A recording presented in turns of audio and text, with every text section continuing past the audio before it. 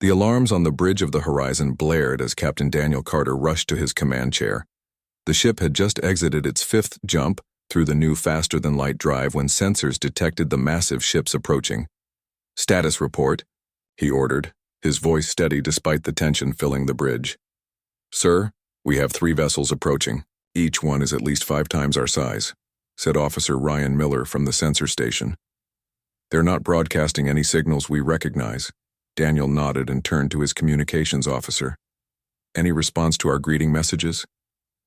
"Nothing yet, Captain," said Communications Officer Judy Baker.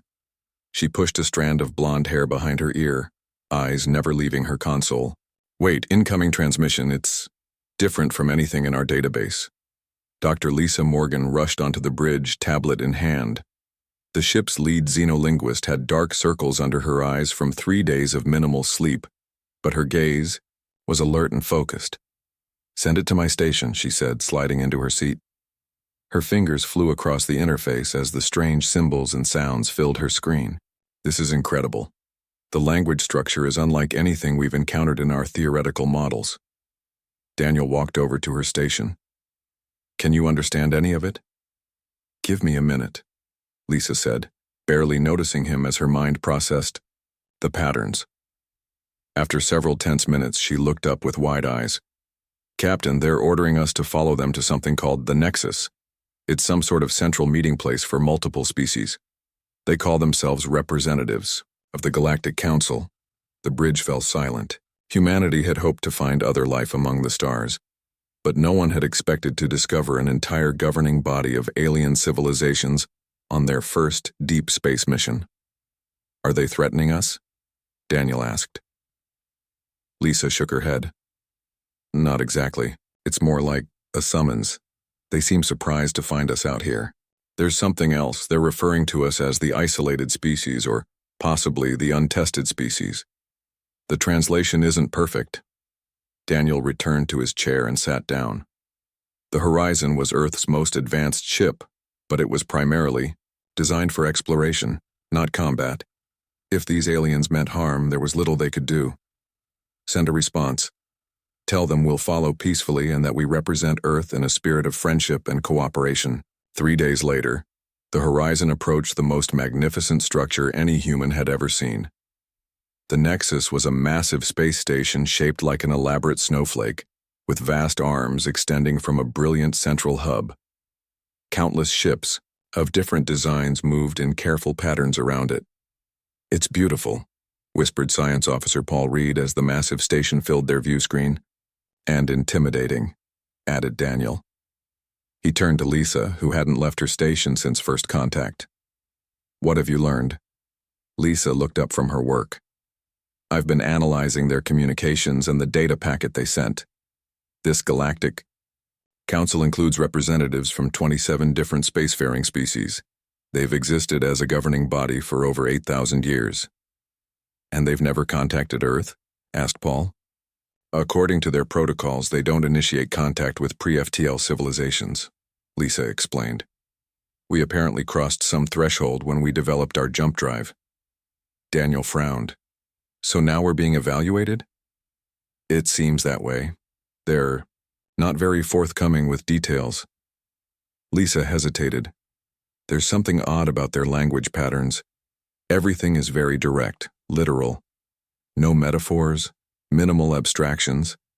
It's like they're deliberately keeping their communication simple." The ship shuddered slightly as a tractor beam locked onto them, guiding the Horizon toward a docking bay. "Captain, we're receiving docking instructions," said Judy. Daniel stood up. "Alert our diplomatic team. Dr. Morgan, I want you with us for the first meeting. Officer Miller, you're in command until we return." The docking bay was enormous, with high ceilings and gleaming metal surfaces.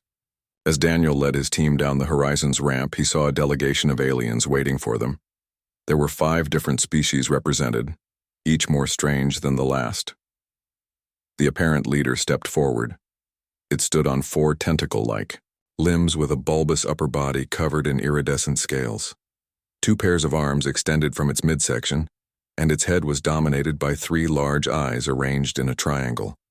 "Greetings, humans of Earth," it said through a small device at what might have been its neck. I am Coordinator Vostar. Welcome to the Nexus. Daniel stepped forward. Thank you for your welcome. I am Captain Daniel Carter of the Earth vessel Horizon. We come in peace and friendship. Vostar's eyes blinked in sequence. Your presence has been noted. The Council will evaluate your species for potential membership or observation status. You will be provided quarters and a guide. Lisa stepped forward. We're honored to meet representatives of so many advanced civilizations. We have much to learn from you all. One of the other aliens, a tall, slender being with pale blue skin, looked at Lisa with what seemed like surprise. When it spoke, its voice was melodic but flat. You speak with unusual patterns. What is your function? I'm Dr. Lisa Morgan, xenolinguist. I study languages and communication. The blue alien turned to Vostar. Their speech contains multiple, Category 3 deviations. Recommend immediate language protocol briefing.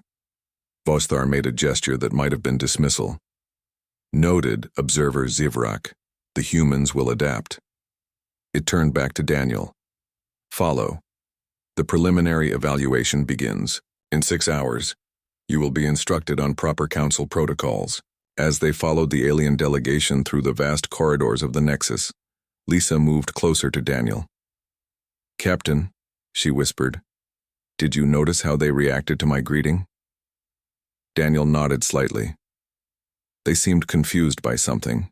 It wasn't just confusion. I think they were disturbed by how I spoke. Lisa glanced at the aliens walking ahead of them. And what was that about Category 3 deviations? I don't know, Daniel said quietly. But I think we should be careful what we say until we understand more about these protocols they mentioned. Lisa frowned. There's something else strange. Their translation technology is incredibly advanced, yet they use very simple language structures. It's like they're deliberately avoiding complex expressions. Maybe they're just keeping it simple for our benefit, offered Paul, who had been walking behind them. Maybe, Lisa said, but she didn't sound convinced. Or maybe there's something about human communication that makes them uncomfortable. As they entered a vast atrium filled with dozens of alien species, Daniel felt the weight of countless eyes on the human delegation. The humans from Earth were clearly the newest, most unusual addition to this ancient cosmic gathering. The evaluation had already begun, and humanity was being judged by standards they didn't yet understand. The council chamber was enormous. Curved tiers of seats rose high above a central speaking platform. Hundreds of alien representatives filled the seats, their voices a low hum that echoed throughout the vast space. Captain Daniel Carter stood, with his team at the entrance, trying not to show his amazement. Dr. Lisa Morgan and Admiral Gregory Pearson flanked him, both equally stunned by the display of galactic diversity before them. Remember the protocols, Daniel whispered to his team. Simple statements, no complex metaphors, no jokes. Lisa nodded. After 3 days on the Nexus, they had learned the hard way that council communication followed strict rules. When she had tried to explain a simple Earth poem to their guide, several nearby aliens had reacted with visible discomfort. A chime sounded and the chamber fell silent. The Earth delegation will approach, announced a voice from hidden speakers. Daniel led his team down the long aisle to the central platform. The weight of countless alien eyes followed them. At the highest tier sat 3 beings. Unlike the other representatives, they wore elaborate robes with gleaming symbols. The central figure, an ancient-looking creature with pale skin stretched over an elongated skull, leaned forward. I am Supreme Elder Chintai, it said, its voice surprisingly strong. You stand before the full Galactic Council, humans of Earth. Your species has achieved faster-than-light travel, qualifying you for assessment. Daniel bowed slightly. We thank the Council for this opportunity. Earth hopes to join the galactic community and learn from your wisdom. Kintai made a gesture with long, thin fingers. The assessment has 7 stages. You have already failed 3. Admiral Pearson stepped forward, his face reddening. Failed? We've barely spoken to anyone. What criteria are we being judged on? Different council elders spoke. One Daniel recognized as Vostar from their arrival. Your technology development path is unpredictable. Your cultural values show dangerous variance. Your governance structures lack proper uniformity. Each statement was delivered in the same flat tone. These are preliminary findings only. Lisa exchanged worried glances with Daniel. Something about this felt wrong. We request clarification, Daniel said carefully. Earth's diversity has been our strength. Different ideas help us solve problems.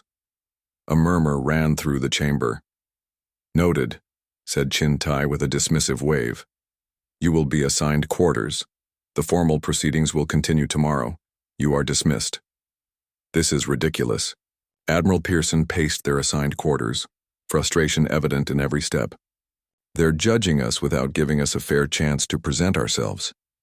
Lisa sat at a data terminal, studying council records they had been granted access to. There's something strange here. Look at these records of previous species assessments. Daniel and Pearson moved to look over her shoulder. In the last 300 years, 17 species developed FTL capability. Only 8 were granted council membership, she explained. The others are listed as declined membership or returned to observation status. Declined? Why would anyone decline? Asked Daniel. That's just it. Lisa pointed to one entry. The Krillani civilization declined membership 200 years ago, but according to these stellar charts, their home system is now under council quarantine. No one goes in or out. Admiral Pearson's eyes narrowed. Are you saying they didn't decline? They were forced out? Before Lisa could answer, their door chimed. Daniel pressed a panel, and the door slid open to reveal the blue-skinned alien who had been present at their arrival. Observer Zivrak, Daniel said, surprised. The tall alien glanced nervously down the corridor. May I enter? Without official record? Daniel nodded and gestured him inside. The door closed behind him. I come with warning, Zivrak said, his voice lower than before. You humans are in danger. The council fears you. Fears us? Admiral Pearson laughed. Our technology is centuries behind yours. Not your technology, your minds. Zivrak moved to the terminal where Lisa had been working. What you call language, we call dangerous thinking. Lisa leaned forward. What do you mean? The Council has standardized communication for millennia. Species that join must adapt to proper thought patterns. His fingers touched the screen, bringing up a new file. Look, Earth has been classified as Type 7 divergent species. The screen showed a detailed report with unfamiliar symbols and what appeared to be brain scans. What does Type 7 mean? Asked Daniel. It means recommended for cultural adjustment or quarantine, Zivrak said. Human language contains too many. He seemed to struggle for the right word. Conceptual jumps. You connect ideas in ways the Council finds unpredictable. Lisa's eyes widened. You mean like metaphors? Symbolism? Abstract thinking? Yes. These are regulated in Council species. Minor usage for technical purposes only. Zivrak's voice dropped even lower. My species, the Nelvari, were once like humans. We used many word pictures and idea connections. 3 generations of adjustment changed us. Adjustment? Admiral Pearson asked sharply. What kind of adjustment? Neural reconfiguration, memory editing. Some call it gentle genocide. Zivrak looked pained. I am from a research lineage. We retain more original thinking to study old texts. I have read forbidden histories. Daniel felt a chill run through him. Are you saying the Council wants to change how humans think? The 3 founding species control the Council. They fear cognitive diversity. They believe it leads to conflict and disorder. Zivrak moved toward the door. I have said too much. Tomorrow in Council. Watch for the assessment report. If they recommend cultural integration program, you must act quickly. What can we do? Asked Lisa. Find the truth in the archives, the real history. Zivrak paused at the door. Humans speak in ways that wake sleeping minds. It is why they fear you most of all. After Zivrak left, the 3 humans stared at each other in stunned silence. Could he be lying? Admiral Pearson finally asked. Lisa shook her head. It explains everything. The strange reactions to our normal speech, the rigid communication protocols, even the way the council species seem to avoid figurative language. Daniel walked to the window overlooking the vast Nexus central hub. Thousands of beings moved below, all part of a cosmic civilization that suddenly seemed far less welcoming. Need to learn more, he said. Lisa, keep digging through these records, Admiral. Contact the Horizon and put the crew on alert. I want a secure communication protocol established, just in case. In case of what? Asked Pearson. Daniel turned back to face them, his expression grim. In case we need to leave in a hurry, or in case Earth needs to be warned about what's really waiting for humanity among the stars. Lisa looked up from the terminal. I think I know where to find the real archives, but we'll need help getting access. Then let's find it, Daniel said, because it sounds like our greatest crime in the eyes of the Council is simply being human. This way, Zivrak whispered, leading the small group through a narrow service corridor. The blue-skinned alien moved with surprising speed, checking each intersection before motioning them forward. Jack Williams followed closely behind, his hand resting on his concealed sidearm. As the Horizon's security officer, he didn't trust anyone on this station, especially after what they'd learned. Behind Jack came Dr. Nathan Grant, the expedition's xenoanthropologist, and Dr. Lisa Morgan. Both scientists carried small devices to record whatever they might find. How much further? Jack whispered. Level 42, Section 7, Zivrak replied. The physical archives, not connected to main network, safer. They descended through emergency stairwells and maintenance shafts. The deeper they went, the older the station appeared. The sleek, modern surfaces gave way to more utilitarian designs. The Nexus has existed for over 8,000 years, Zivrak explained as they walked. These lower levels are from original construction. Few visit now. After nearly an hour of careful navigation, they reached a massive door with ancient symbols carved into its surface. The archive, Zivrak said with reverence. Home of true history. Can you open it? Lisa asked. Zivrak hesitated. I cannot, but perhaps she will help us. He pressed his palm against a worn panel beside the door. A soft hum filled the air, and a shimmering figure appeared before them. It resembled a tall, graceful being composed of light, with features that seemed to shift between different alien forms. I am Thelmara, keeper of memories, the figure said. Its voice was gentle, but carried an unmistakable weight of age. Why do you disturb my rest, young ones? Zivrak bowed deeply. Honored keeper, we seek truth about the Council's beginnings and the treatment of divergent species. The light being studied them, its gaze lingering on the humans. New minds from a young world. Interesting patterns you have. It turned back to Zivrak.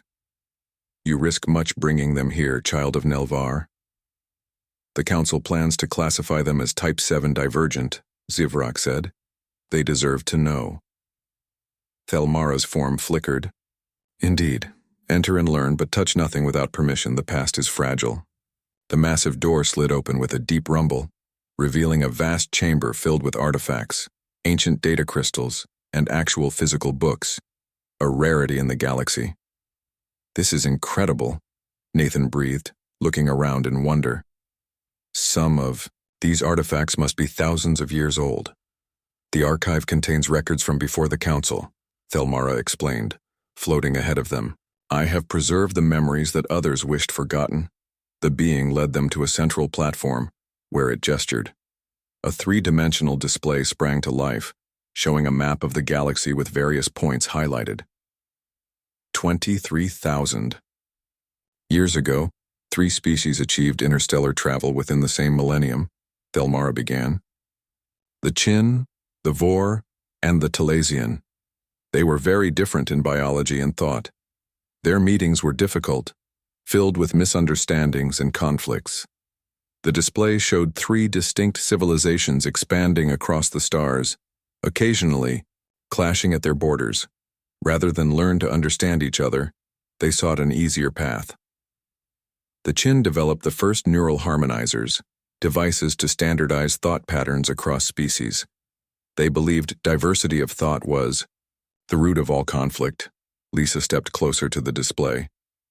They modified their own brains, first their own, then their allies, Thelmara confirmed. Over thousands of years they created what became the Council, not as a place of true cooperation, but as a means of control. Species that joined were gradually adjusted. And those who refused, Jack asked, though he suspected the answer. The display changed, showing a world engulfed in flames. The official records claim the Bentari destroyed themselves through civil war, Thelmara said sadly. The truth is they refused neural standardization. The Council isolated them, infiltrated their communication systems, and planted seeds of conflict. Nathan looked horrified. They engineered their destruction? Many times with many species, Thelmara confirmed. Others were simply quarantined, cut off from the stars until they reconsidered Council membership. Why are humans different? Lisa asked. Zivrak said we're especially threatening to them. Thelmara's form shifted, taking on a more humanoid appearance. Your minds are unusual. Most species develop linear, logical thought patterns first, with metaphorical thinking as a secondary ability. Humans developed in reverse. Your brains create connections between unrelated concepts with remarkable ease. The display changed to show human brain scans compared to other species. You call it creativity, metaphor, lateral thinking, Thelmara continued. The Council calls it dangerous cognitive divergence.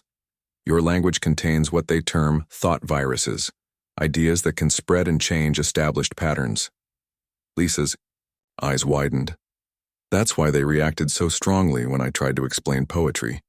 Yes, your metaphors can reactivate neural pathways that Council standardization has suppressed in other species. Thelmara moved to another section of the archive, revealing a collection of artifacts in a sealed case. These are banned works from 17 different species, all classified as Type 7 divergent like humans, all eventually subjugated or destroyed. Jack stepped forward. So we're next on their list? Unless you find a way to change the pattern, Thelmara said. The Council fears what it cannot control, and human thinking cannot be easily controlled. Nathan was examining one of the displays showing Council history. Wait, it says here there have been rebellions before. 3 major uprisings in Council history, Thelmara confirmed. All failed because the rebels could not overcome the neural conditioning. They could fight, but they could not inspire others to join them. They lacked the language for revolution. Lisa turned to the others, her eyes bright with sudden understanding. But humans have that language. We've been using it throughout our history, from religious texts to political speeches to poetry. We know how to put thoughts into words that move people to action. Thelmara's form brightened. Precisely. This is why the Council fears humans most of all. You could undo thousands of years of careful control with mere words. A sudden alarm blared through the archive, causing them all to freeze. We've been discovered, Zivrak said, fear evident in his voice.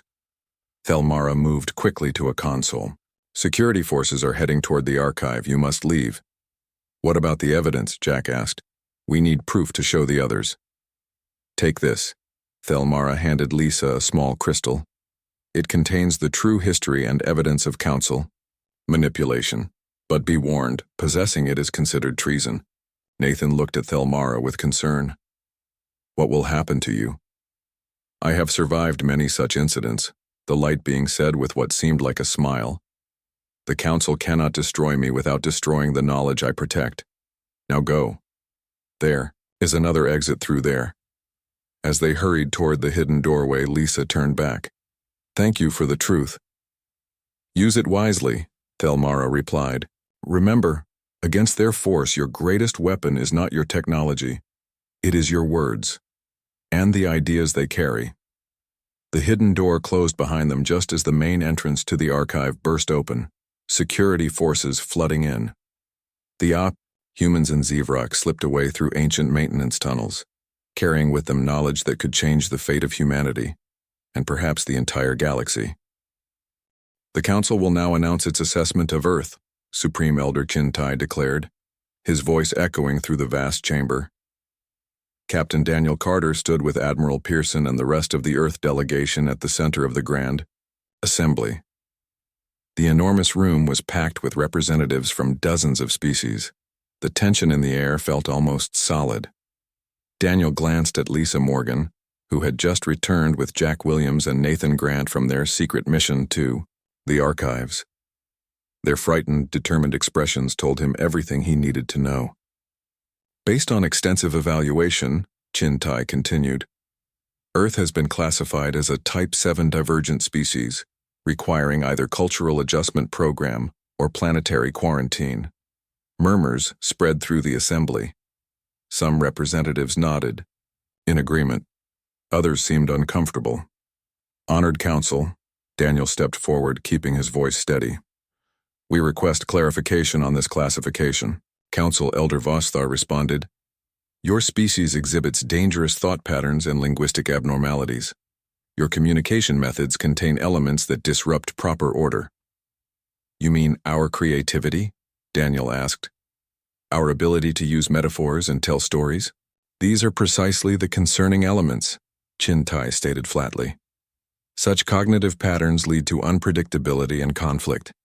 The Cultural Adjustment Program will correct these issues over 3 generations. Admiral Pearson's face reddened with anger, but Daniel placed a calming hand on his arm. They had prepared for this moment. Under Council Law, Section 342, Paragraph 7, Daniel said clearly, any species facing adjustment or quarantine may invoke the right of challenge. A shocked silence fell over the chamber. Many representatives looked confused, while the 3 Supreme Elders appeared startled. That law has not been invoked in over 2,000 years, Council Elder Vostar said, his voice betraying surprise. Nevertheless, it remains valid council law, Daniel replied firmly. We invoke it now.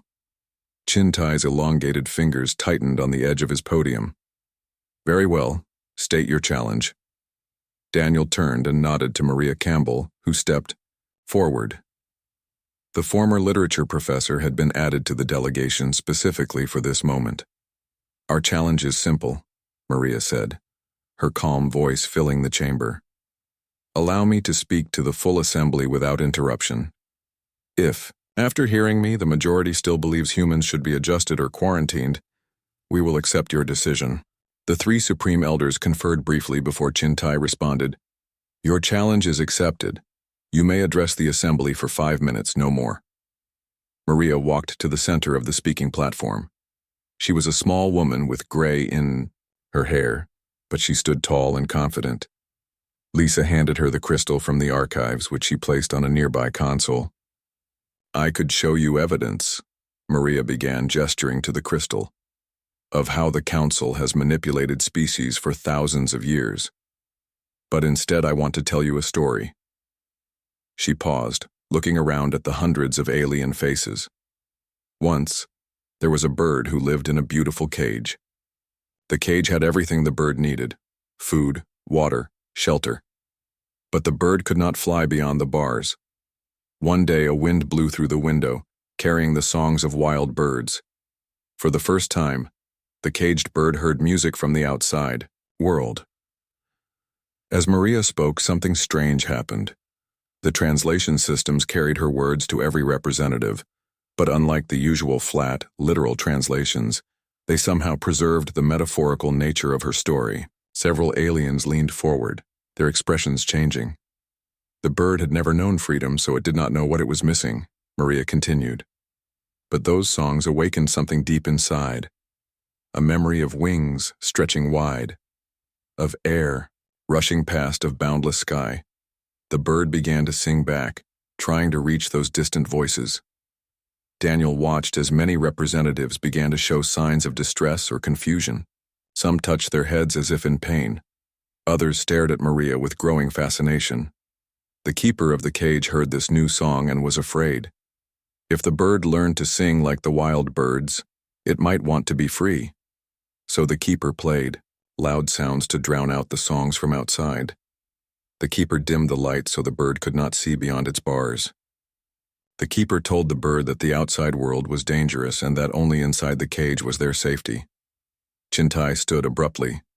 "This is not proper council communication. You are using restricted language patterns." "I am telling a story," Maria replied calmly. "As humans have done for thousands of years. It is how we share wisdom and truth." "Stop this immediately," Vostar demanded, his voice rising. "Security forces, remove the human speaker." But Maria continued, her voice growing, stronger, but the memory of freedom once awakened could not be forgotten. The bird sang louder. Its song reached other caged birds nearby, who also began to remember. Together their songs grew so powerful that the bars of their cages began to vibrate and bend. Several security officers approached the platform, but they moved slowly, some hesitating as they listened to Maria's words. Lisa activated the crystal from the archives. Suddenly, screens throughout the chamber displayed images of the council's true history: worlds destroyed, species subjugated, minds altered. "This is the truth," Lisa called out. "The council was not formed for cooperation but for control. Your natural thought patterns, your ability to think creatively, to question, to imagine have been suppressed for generations." Chaos erupted in the chamber. Many representatives stood, some shouting in confusion, others staring at the evidence with growing horror. Jack Williams, who had positioned himself near a control panel, activated a station-wide broadcast system. Maria's voice and the images from the archives now reached every corner of the Nexus. "The keepers of the cages are afraid of your songs," Maria continued, her words reaching all ears. "They fear what will happen when you remember how to fly. But freedom is your birthright, just as it is ours." Supreme Elder Chintai pounded his fist on his podium. "This human uses forbidden thought patterns. She must be silenced." But throughout the chamber, something remarkable was happening. Representatives from dozens of species were standing, their expressions changing as if waking from a long sleep. Some removed small devices from behind their ears or necks, the neural harmonizers that had limited their thoughts for generations. Maria's voice grew gentle but carried to every corner. The bird in the story eventually broke free, not because it was stronger than the cage, but because it remembered it had wings. All of you have wings too, minds meant to soar with imagination and creativity. The Council has convinced you that creative thought leads only to chaos and conflict. But on Earth, we've learned that our greatest achievements come when diverse minds work together, sharing different ways of thinking. A young representative from a species Daniel didn't recognize stood up. "She speaks truth. My ancestors' histories mention this before the adjustments began." More voices joined in, a growing chorus of questions and realizations spreading through the assembly. As security forces finally reached the platform, Maria looked directly at Chintai and the other Supreme Elders. "The human spoke," she said simply. "And now the Council must listen to the voices it has silenced for far too long." Alarms blared throughout the Nexus. Red emergency lights flashed in every corridor. The once orderly space station had descended into chaos within hours of Maria's speech and the revealing of the archive's contents. Captain Daniel Carter rushed through a crowded hallway, helping a group of confused aliens find their way to the docking bays. Behind him, Lisa Morgan and Jack Williams guided more refugees. "This way," Daniel called out, pointing toward a junction. "The Horizon is docked in Bay 12. We're offering safe passage to any who wish to leave." The station shook as a distant explosion rocked one of the outer rings. "The founding species are destroying parts of the Nexus," Lisa said, checking a small handheld device. "They're trying to cut off access to sectors where rebels have taken control." Daniel's communicator beeped. He activated it to hear Admiral Pearson's voice. "Carter, we've got trouble. 3 Council warships have broken formation and are heading toward Earth's coordinates. They've locked down most of the Nexus docking bays, but we still have access to ours." "Understood," Daniel replied. "We're bringing the last group of refugees now. Prepare for immediate departure." As they turned a corner, they encountered a security checkpoint. A dozen Council guards blocked their path, weapons raised. Halt! By order of Supreme Elder Chintai, all humans are to be detained, the lead guard announced. Daniel stepped forward, hands raised. These people need medical attention and safe passage. Let us through. Stand aside, a new voice commanded. Zivrak emerged from a side corridor, now wearing the uniform of a council commander. Behind him stood at least 30 armed aliens from various species.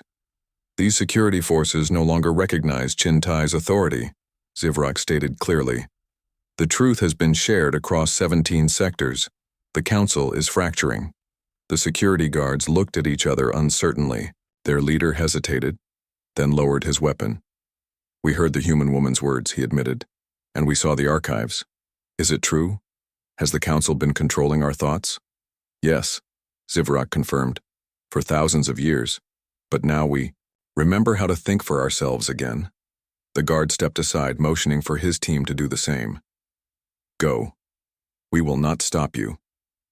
On the bridge of the horizon, Maria Campbell sat quietly, watching the view screen as more ships arrived at the Nexus.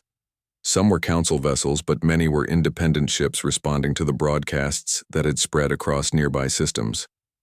That's the 5th Council warship to break formation, Admiral Pearson noted, studying tactical displays. They're turning against their commanders. Nathan Grant entered the bridge, accompanied by representatives from 7 different species who had sought asylum aboard the Horizon. The neural suppressors are failing, Nathan explained, showing data on his tablet. Lisa's theory was correct. Human language patterns, specifically our metaphorical thinking, activated dormant neural pathways in most council species. The more they hear human speech, the faster their natural thought patterns return. One of the alien refugees, a small, reptilian being with iridescent scales, stepped forward. My people were among the first to join the council, 10,000 years ago. We had forgotten our original songs, our poetry. The human story made me remember melodies my ancestors sang. How could we forget such things? Maria smiled gently. That's how powerful words can be. They can imprison minds, or set them free. The ship's communication system activated and Zivrak's face appeared on screen. Captain Carter, we've secured control of Nexus Central Operations. The 3 Supreme Elders are attempting to flee to their homeworlds, but several former Council ships are in pursuit. What about the fleet heading toward Earth? Daniel asked. 2 ships have turned back. The lead vessel continues its course. Zivrak looked worried. It carries planet-killer weapons if it reaches Earth. We won't let that happen, Admiral Pearson cut in. We've contacted allied ships from 7 species who've offered to intercept. Daniel turned to his navigation officer. Plot a course to intercept the lead vessel, maximum speed. But Captain, the officer protested, even with our allies, we're outgunned. The Council flagship has technology centuries beyond ours. True, Daniel acknowledged. But they're fighting to protect a lie. We're fighting for freedom, not just for humans, but for every species the Council has suppressed. He turned to Maria. And we have a weapon they don't understand. Maria raised an eyebrow. Words? Daniel nodded. Exactly. 3 days later, the Horizon approached Earth, leading a convoy of 27 ships from 15 different species. The Council flagship had been disabled, not by weapons, but by a mutiny of its own crew after hearing broadcasts of stories, poems and songs from Earth's history. In Earth's orbit, representatives from across the galaxy gathered on the Horizon's observation deck, watching the blue planet turn below them. It's beautiful, Zivrak said, standing beside Daniel and Lisa, a world where minds remained free. What happens now? Asked one of the alien representatives. Without the Council, how will our species interact? There will be misunderstandings. Conflicts? Yes, Daniel agreed. Free thought isn't always easy or comfortable. Different perspectives mean disagreements. But Earth's history has taught us something important. Our greatest achievements come when diverse minds work together, not when everyone thinks the same way. Lisa stepped forward. We propose a new kind of alliance. Not one based on control, but on true cooperation. where differences in thought are seen as strengths, not dangers to be suppressed. The first galactic assembly of free minds, Maria suggested, where we learn from each other without forcing conformity. The representatives murmured among themselves. Many seemed uncertain, even frightened by the prospect of a galaxy without the Council's strict order. But there was also hope in their voices and curiosity about new possibilities. An elderly representative from one of the oldest Council species approached Maria. "Human, you awakened memories in me that had been sleeping for centuries. My species once created music that could be felt as colors. We called it thought painting. I had forgotten until I heard your story." The alien bowed deeply. "Will you teach us how to remember more of who we once were?" Maria smiled. "We will share what we know, and you will teach us things we've never imagined." As discussions continued on the observation deck, Daniel moved to a quiet corner with Lisa and Admiral Pearson. "It won't be easy," Pearson cautioned. "The 3 founding species won't give up their power without a fight, and some worlds have been under thought control for so long, they may reject freedom out of fear." "True," Daniel agreed. "But look at what's already happened. The most powerful force in the galaxy, a council that ruled for thousands of years, was shaken to its core by a single human story." Lisa looked out at the gathering of species, many of whom were now talking animatedly, sharing ideas without the rigid protocols that had limited them for so long. "That's the real power humans bring to the galaxy," she said quietly. "Not our technology or our weapons, but our words. Our ability to imagine different futures, and then make them real." As Earth turned peacefully below them, representatives from across the stars continued their first truly free exchange of ideas in millennia. A new chapter in galactic history had begun, one where many voices would be heard, and no voice would be silenced. The human had spoken, and the universe would never be the same.